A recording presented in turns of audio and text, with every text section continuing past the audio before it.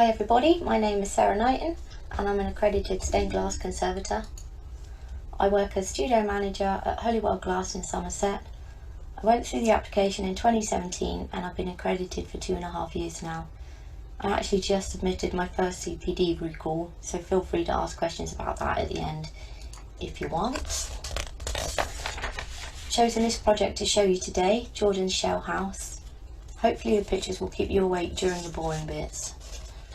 It's a little thatched aviary dating from 1828 on the grounds of a now demolished manor house. The mound used to be surrounded by a lake, which the family would all row across, adding to its considerable charms. The whole interior is covered in shells, mirrors and botanical specimens that the Speake family collected. This is a picture of the bird boxes built into the wall. Here you can see the shell decoration and the plasterwork. Glazing dates from the same time and is a mixture of older fragments, contemporary pieces and unpainted coloured glass, all glazed in a very unusual way which has been ascribed to a particular group of French workmen from the Nailsea Glassworks in North Somerset. This project was a good one to pick because due to the method of construction, in order to remove the glass, the shell plaster work had to be disturbed. Refitting would cause the same issue as would future conservation.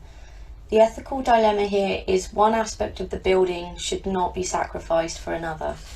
Damage to the shells should not be considered necessary to fix the glass, and the glass should not be left untreated in order to limit damage to the shells. Right, let's skip straight to the good stuff, by which I mean a mountain of foreboding paperwork. Here's a quick look at the project matrix. As you can see, Jordan's is project B. We'll come back to this in a bit, so don't worry too much for now. So there are 3 parts to balance once you've picked a project. First is professional standards and judgment and ethics. Standard 1 basically is assessment. Standard 2 is your possible options. Standard 3 translates to what you actually did. Standard 4 is how you manage the project, and Standard 5 is what you learned from it. Second part is your judgment and ethics. So these points should already underpin your work and practice. If you're at this stage, I suspect that once you read down the list, you'll find you'll do these things anyway. But it's good to be aware of them and to refer to them as frequently as possible. So the third part is the proficiency scale. This is really helpful. It helps show you the level you should be at. Every time you read a standard, it's helpful to refer to this table and identify where you are on it. You need to be at least proficient across the board, otherwise you're probably not ready. Okay, so this is the format you'll be filling in. Note you get less than a page per project, and the font is set to size 11. Don't do what I did and try and get away with font set to size 10 because they will notice.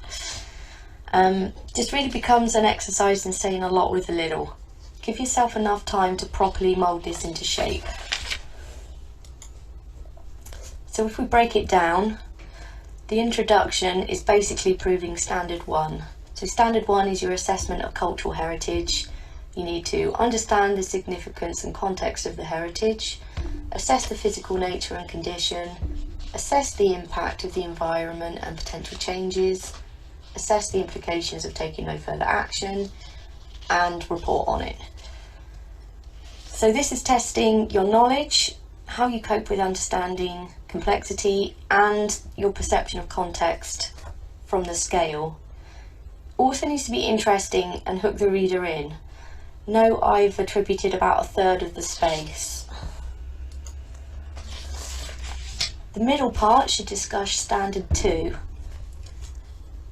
So that is options and strategies. You need to identify and evaluate options, develop advice, recommendations or policies, and develop or negotiate a considered course of action.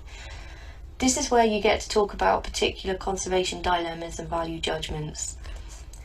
Again, remember the scale. Here you can show pretty much any of them, so pick ones you haven't already shown off. and again it's about 1/3 of the space. The last section covers standard 3, which is what you actually did. So here you need to communicate appropriate practice, implement conservation measures, ensure the measures and advice follow the standards, monitor and evaluate the effect, document conservation measures, and recommend appropriate sources for further analysis. On the scale, standard of work, autonomy and complexity are the most likely areas you'll be looking at. You don't need to try and address every point in every section, you're just trying to give an overall. But wait, you say, what about the other 2 standards? Fear not. Reread over your project and pop these bits in where they fit nicely. Don't worry about forcing them in because both of them get their own section anyway. This just adds a little flavour and backs up points you'll already have made elsewhere. So organisation and management is already project A, and standard 5 is CPD, and that's the whole of the end section of the assessment. So once I was done, this is how the matrix looked. Red is the standards that I didn't hit. I decided this didn't matter because as I planned to use this as a project the assessor could see during the interview, that would offer plenty of chances for me to prove that I can and will hit these points in the future. If you find certain columns suspiciously empty once you've filled in the matrix, this is a good indicator of an area that you should improve on. So for me, standard 3F was only done in half of the projects. That was recommend appropriate sources of further analysis, treatment or preventative care where these lie outside your remit or area of experience.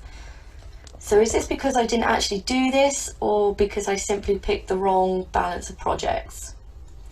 I decided here that since Jordan's dropped these points because the project was unfinished, I was okay with it hitting 4 times out of 6.